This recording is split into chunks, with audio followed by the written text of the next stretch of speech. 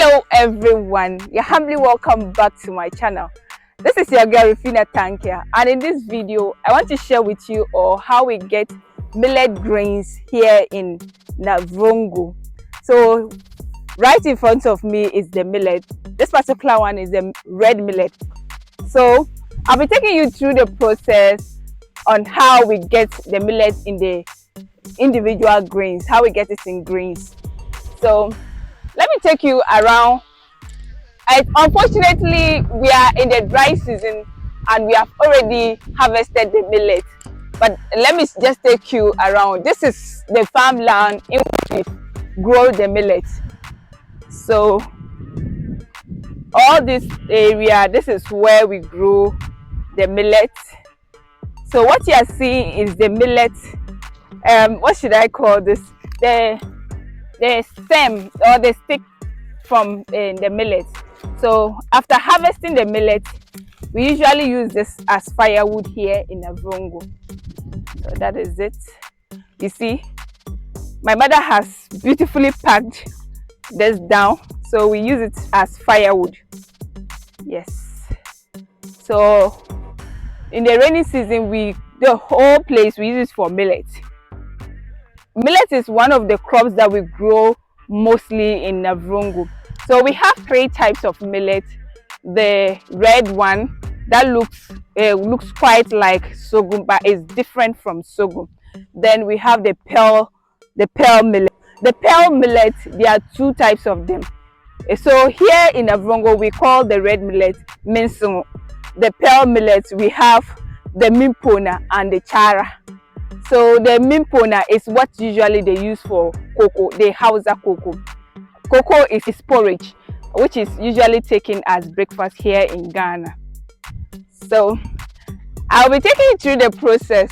So this is the millet, and right here is a mortar. So in Navrongo here, this is the kind of mortar we use to pound the millet. So I'm going to be pounding the millet. Then later we'll try to get the chaffs out of the millet and leave only the grains. So this is the pestle. So this particular one, the mortar for pounding millet is usually kept outside the house. So usually other people come to use it. Yeah, so in most homes, no, in every home, the mortar for millet is always mounted outside, just like how ours is like. So it's outside the house.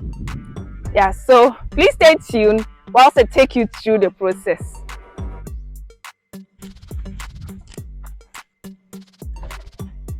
So I'm getting the millet into the mortar, then I will pound.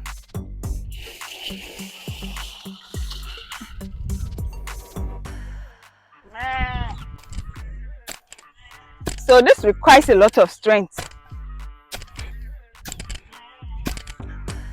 So over here in Navrongo, especially in northern Ghana, we use millet a lot for most of our dishes.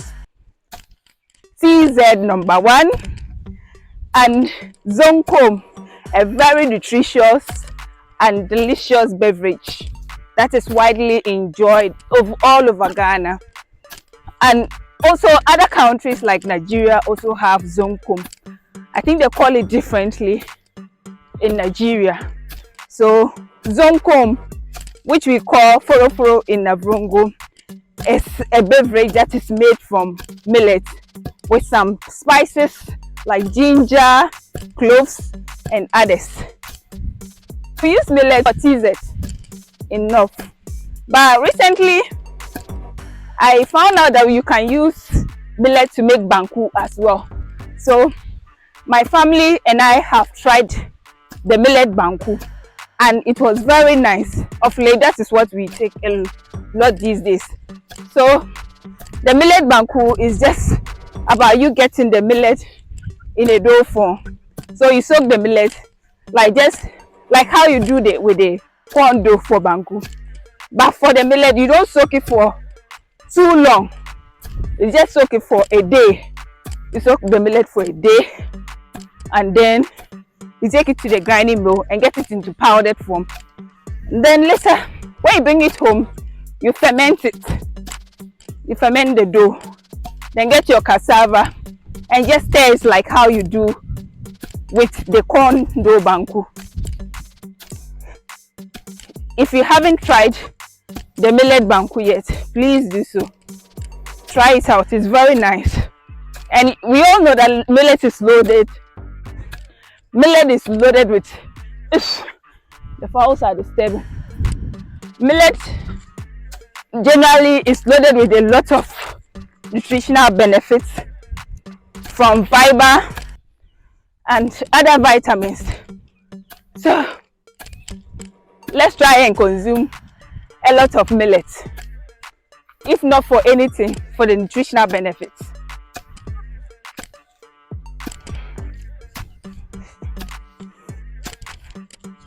This is a lot of work, and this is what we usually go through. So leave in the comment section if you think there's another way to get the grains of this particular millet or any other millet. If you also have millet in your country, please leave a comment. How do you get the grains? How do you get your millet grains in your country? Over here in Ghana, especially northern Ghana, this is how we get ours. We get it by pounding like this.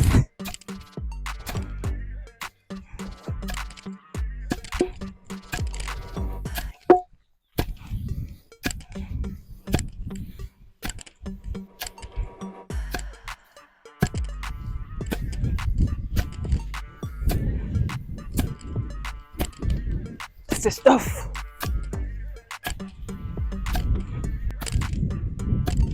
So I need to just keep pounding.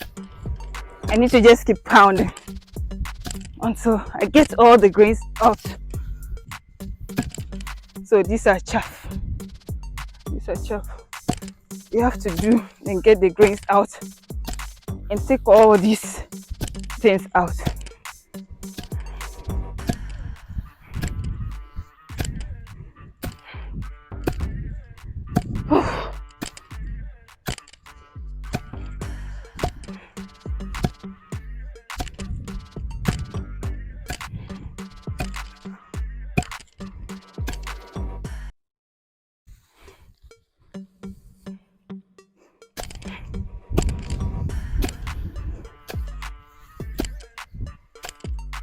You have to tin so that those ones that are not well pounded can come on top.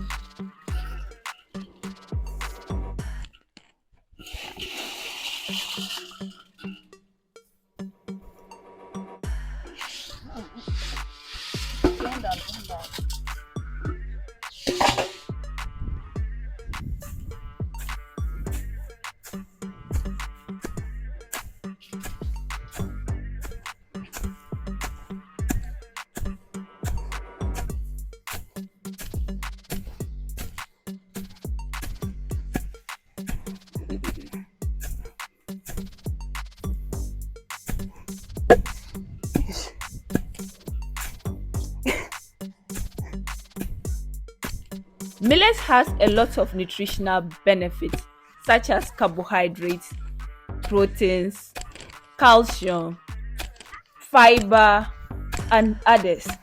So I want to encourage each and everyone out there to include millet in their diet. Please, millet can provide you with a lot of nutrients, so please do well to include it in your diet. and you will never regret it. So I'm just taking the millet husks. The millet husks.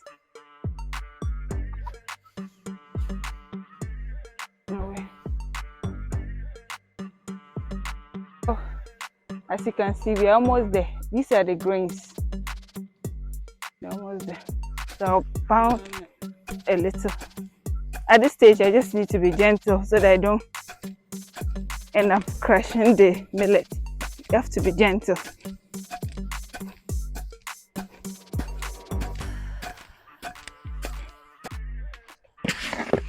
So the millet is done. We are done pounding it. I'll just take the chaff out.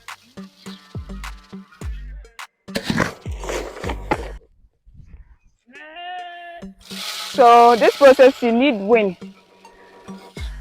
The wind is what will be taking the chaff out. So if the wind is not there, you will not be able to do this process. And when the wind is very strong, it will carry the grains along. Today we have a very perfect wind for this process, the winnowing.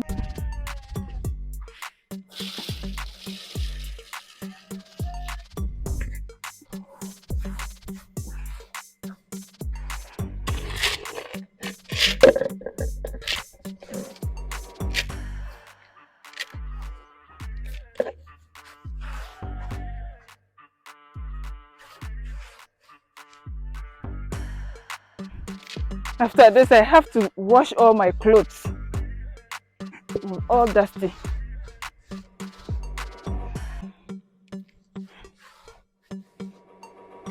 So millet can also be used for masa. Masa is a millet cake. Masa is a millet cake that we usually use the pearl millet grains to make. So I already have a video on how to make masa. I'll leave a link to it on this video. Masa. Masa can also be made from rice, but in Navrongo here we use millet to make masa. So in Navrongo, we usually collect the chaffs and put it at one place so that we can then be pouring water on it so that it can decompose. And then during the rainy season, we use it in our farmlands as manure, fertilizer to fertilize the land. So nothing at all goes to waste. The grains, we use it for food, and then the chaff is also used to fertilize the land.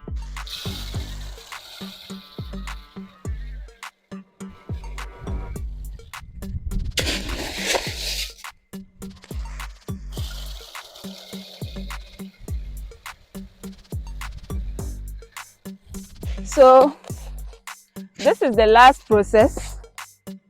After the winnowing, you then have to do it like this with the calabash so that some of the chaff can come on top, and then you take it out.